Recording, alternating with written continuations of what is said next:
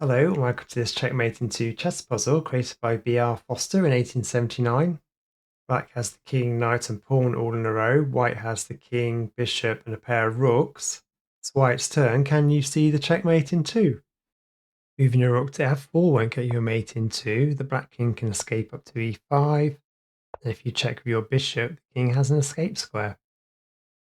Moving your king to d6 isn't a mate in two unless black does something like move their knight to b2, because then you can checkmate in two with the rook. Instead, black move their king to e4.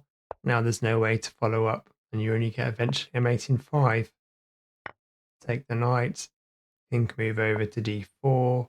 You can then bring the bishop down to protect the rook. The king slides over, and then you can get the mate in 5 with the other rook. Checking the king with your bishop won't get you mate in 2. The black king can slide over to e4. If you try and check with your rook, although the king can't move, you've blundered your rook because the knight can take it.